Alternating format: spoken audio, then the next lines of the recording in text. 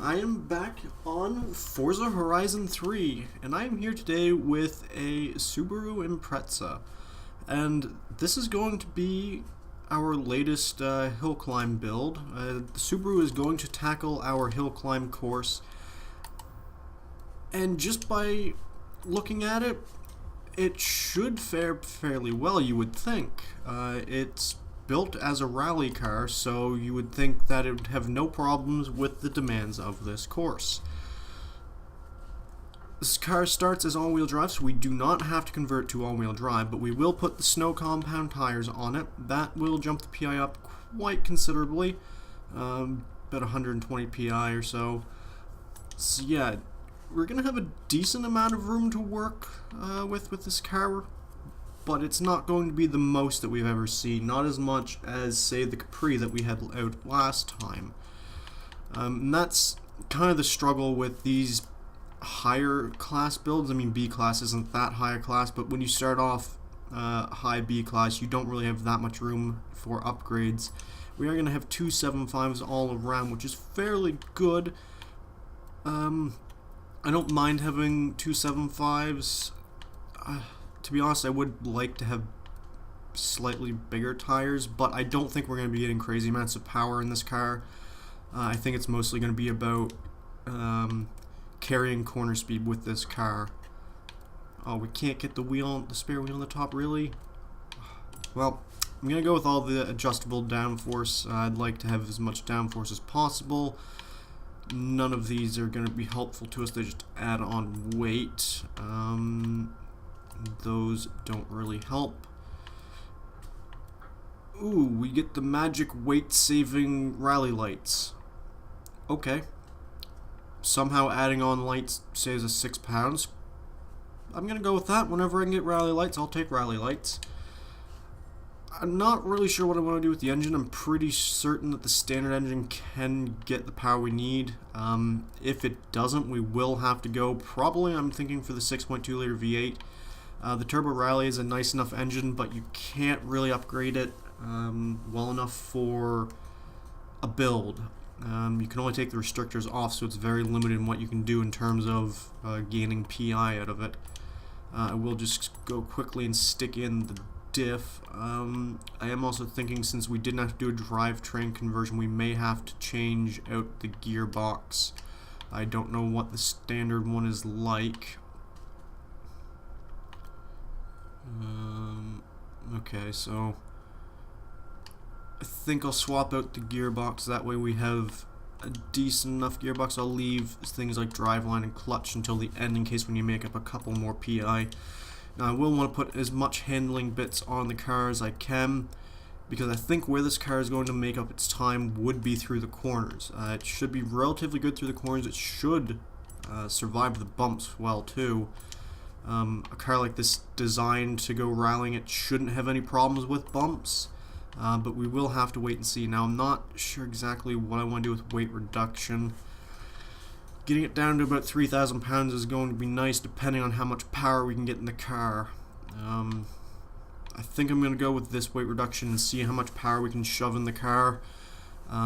If I get a decent amount of power out of it, say around, I don't know, 600 horsepower, I'd be fine with running with 3,000 pounds, but if I only get 500 horsepower or so out of it, I might want to drop the weight down a bit more. It's kind of one of those awkward stages where I want an in-between these two. I kind of want it to sit around 2,800 or so, or 2,900, not 3,000 or 2,700. So I'm going to go with the sport weight reduction to start with, and then we will go on into the car and add in some power parts to try and gain us as much power as possible. Now, we added on our biggest power parts. I don't think we're going to struggle for PI.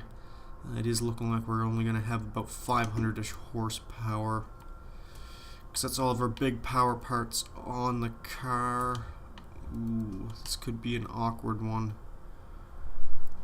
What do I want to do? I kind of want to go for weight reduction, because we're not going to have a lot of power.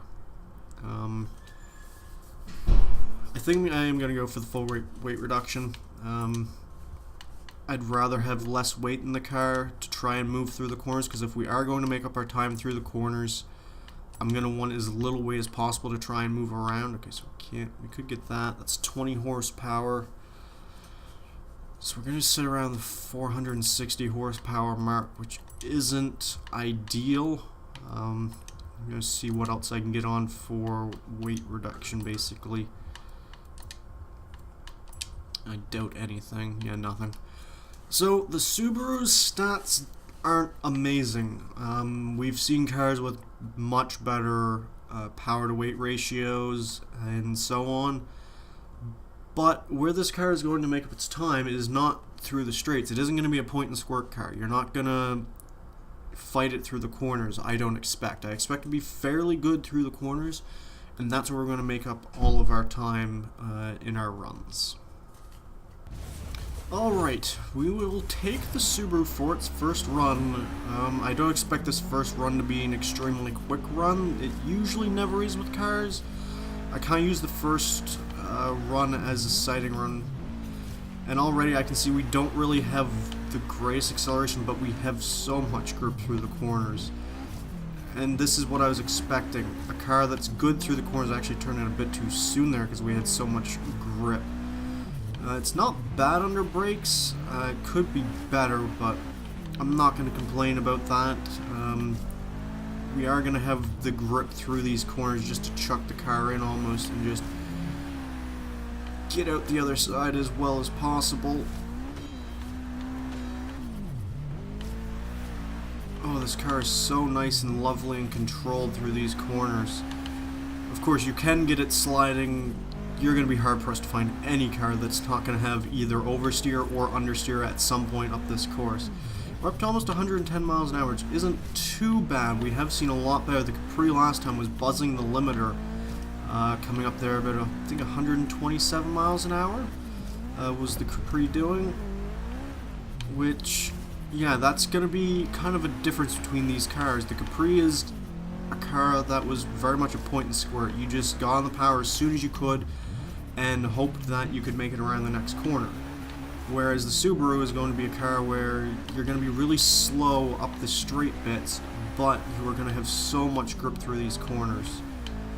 Trying to get the car turned across. Didn't really get that placed properly.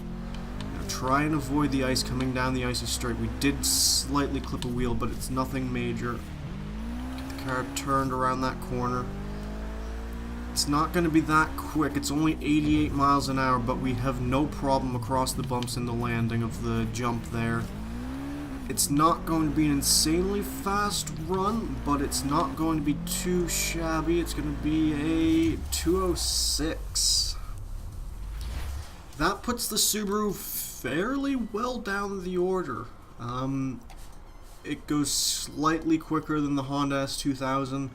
It goes quicker than the Lancia Stratos and the BMW i8. But it goes slower than just about everything else. It's fourth from last right now. So, like I said, opening runs are generally kind of scouting runs. See what I can do with the car. There's a lot of mistakes that were made. Hopefully, within the next 2 runs, I'll be able to pull out a better time for the Subaru. Alright, now the Subaru has a second chance. Well, obviously it has a second chance. All vehicles have 3 chances. Now, I don't think this will be challenging the Ram Runner. The Ram Runner pulled out somehow at 2 minutes 2. Nothing has really gotten to the stage that the Ram Runner was. The Ram Runner was a perfect balance of speed and controllability. The Ram Runner had so much power in it. I can't remember how much it had. I know it had well over 1,000. But it had so much power to get itself moved across down this. It had so much power that it could get itself accelerated down the straights better than most vehicles, and it also had the control around the corners.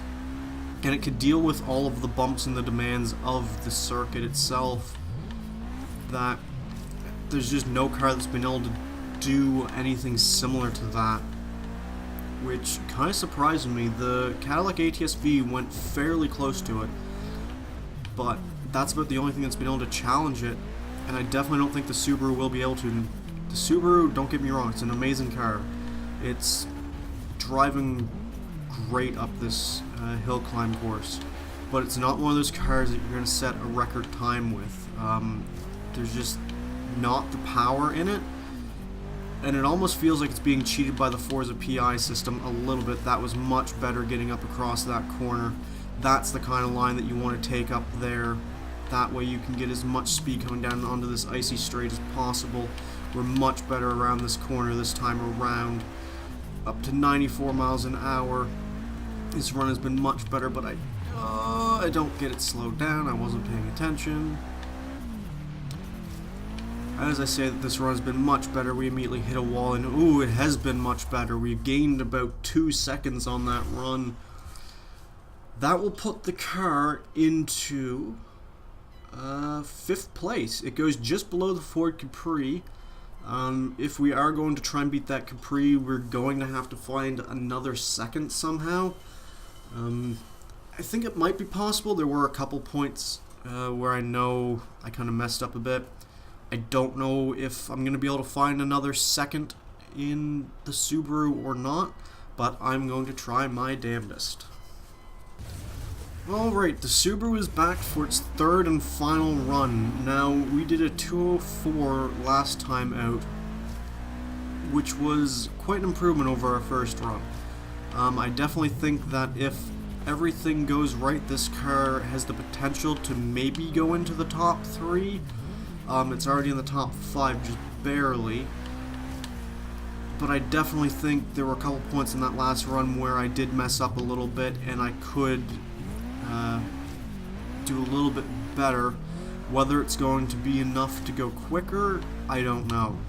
This course is so challenging, and it's so easy to make the tiniest of mistakes at any point on this course that any car can be going on a perfect run, and then all of a sudden that run is completely shot and it's over. It's just the nature of the course. It's the nature of the terrain, really, not even just the course. Any of these circuits that you run on Blizzard Mountain, they're extremely demanding courses. Oh, did I get that flag I better have? I think I just about got away with it. That was so close.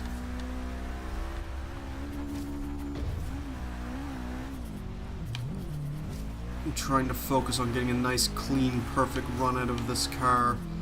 We are behind the ghost flags, which is to be expected. You can see the banners wobbling about every once in a while when the ghost car actually goes through them. Oh, come on, get up these tight, twisty hairpins. And we do seem to be quite behind, but that's not to be surprised. The ghost car is a 2-minute car. That was much better through that corner. We didn't get as much oversteer as we did last time out. Come on, get turned through the corner. We were slightly slower, I think, than last time. Yeah, we get about the same speed coming across that jump, though. 94 miles an hour. Get on the brakes quickly. Don't go on the ice. Oh, the back end caught the ice. Come on, get going, get going, get going. That might screw us over. Come on, little Subaru. Oh, it's going to be an extremely close time to last time. I think we gained about 1/10 of a second on that one. I don't think we were on for a much quicker run anyways, but catching the rear end on the ice on the second to last corner didn't help us out at all. It did lose us some time. I don't think it lost us that much. I don't think we were going to be on for a quicker time than the Ford Capri, but that's quite an improvement over our first run, and to be honest, I'm not really that surprised. First runs are usually kind of scruffy. And generally they aren't the fastest runs unless you just get a whole heap of luck or you just mess up the other 2 runs. But that will move the Subaru into 5th place on our list, just below the Ford Capri, yeah, and above the Chevelle. So, as expected, the rally car didn't do too bad, but unfortunately it doesn't go to the top of the table. I don't know what it's going to take to beat that Ram Runner. It just seems like it was the perfect combination of almost everything.